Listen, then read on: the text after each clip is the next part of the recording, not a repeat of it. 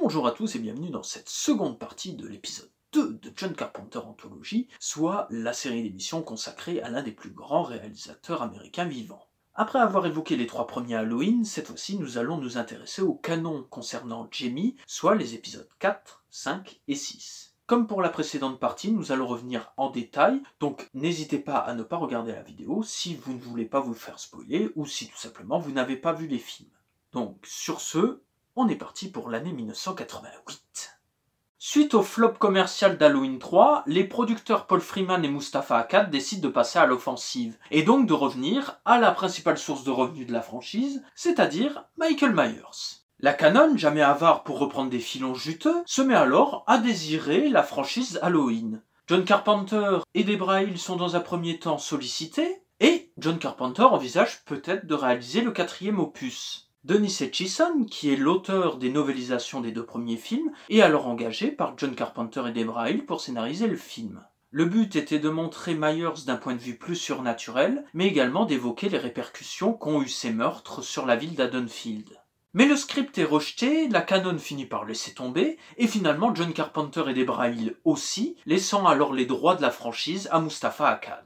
Jamie Lee Curtis ne souhaitant pas revenir dans le rôle de Laurie Strode, elle a alors suggéré au scénariste de dire que son personnage avait été victime d'un accident de voiture. Dès lors, le spectateur va découvrir, à partir de cet opus et jusqu'au début d'Halloween 6, les aventures de Jamie, la fille de Laurie Strode, qui est incarnée dans un premier temps par Danielle Harris, dans l'épisode 4 et l'épisode 5, puis par Jessie Brandy dans l'épisode 6. Plusieurs passages du scénario d'Alan B. McElroy ont été supprimés du film, à l'image de cet incendie qui devait donner la mort au shérif joué par Beau Starr. Cet incendie n'a pas eu lieu à cause du budget qui était de 5 millions de dollars. Donc, le shérif est resté en vie, au contraire de sa fille dans le film. Si Halloween 4 marche un minimum avec 17 millions de dollars de recettes aux États-Unis, on ne peut pas dire qu'il soit mémorable. Car si Halloween 3 n'était pas très bon mais avait au moins des ambitions, Halloween 4 n'est finalement qu'un slasher banal comme on en voit des tonnes, que ce soit dans les années 80 ou même par la suite.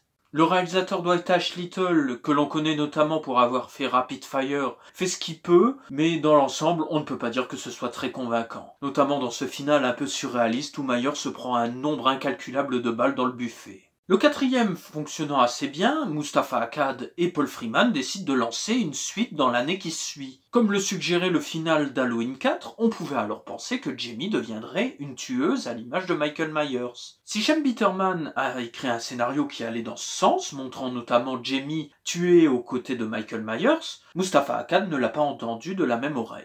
Ainsi, Jamie redevient une victime qui a des liens télépathiques avec Michael Myers, ce qui donne des séquences assez ahurissantes où elle est en transe les 3/4 du temps.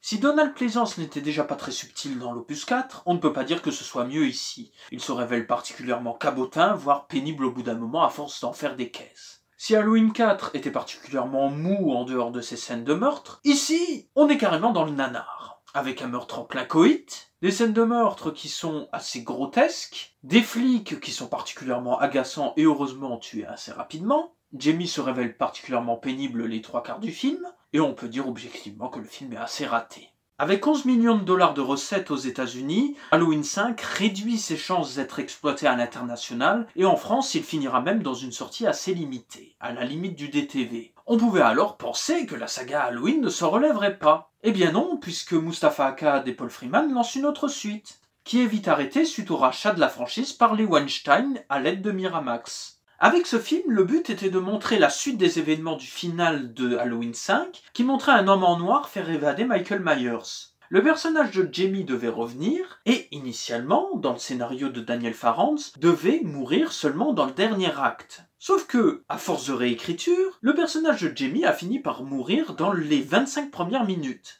Danielle Harris, qui avait alors 17 ans à l'époque, s'était alors émancipé exprès pour pouvoir tourner beaucoup plus d'heures que son âge légal le permettait. Sauf que son émancipation avait coûté plus cher que le salaire que les Weinstein voulaient lui donner. Le casteur lui avait alors fait la remarque que comme elle mourait pendant les 25 premières minutes, elle ne pouvait décemment demander une augmentation.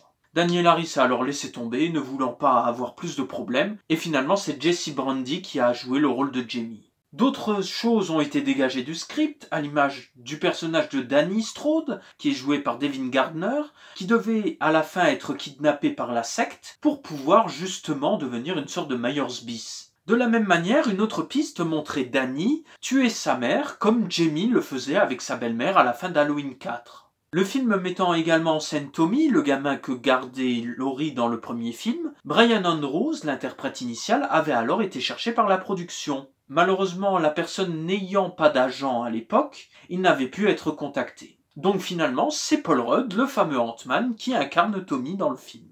Paul Freeman a dégagé plusieurs scènes du script lors du tournage, si bien que les Weinstein ont fini par le dégager du tournage et permettre à Joe Chappelle de faire des reshoots. Un premier montage a été montré lors de projections test, cela s'est très mal passé, donc plusieurs scènes ont jarté et des reshoots ont eu lieu encore une fois, si bien que, actuellement, il y a au moins 5 montages d'Halloween 6. Et pour le coup, pas sûr qu'aucune des versions soit aussi intéressante l'une que l'autre. Parce qu'Halloween 6 est une véritable calamité. Une calamité si immense qu'il a été un flop commercial à sa sortie, et qu'en France, c'est un des rares films Halloween à ne pas être sorti en salle, puisqu'il est sorti en VHS au moins 3 ans après sa sortie aux États-Unis. Une véritable calamité qui se montre également par un taux d'incohérence absolument énorme. Dans ce film, Joe Chappelle met en scène la famille Strode, soit la famille adoptive de Laurie. Sauf que Laurie n'est quasiment jamais évoquée par cette famille, un peu comme si elle n'existait pas. De la même manière, Jamie ne semble pas exister non plus pour eux. Si bien que l'on se demande si Laurie a bel et bien été leur fille adoptive. Par ailleurs, le père Strode, incarné par Bradford English, a l'excellente idée de mettre sa famille dans la maison du tueur en série qui a failli tuer leur fille adoptive, et également le tueur d'Haddonfield le plus connu.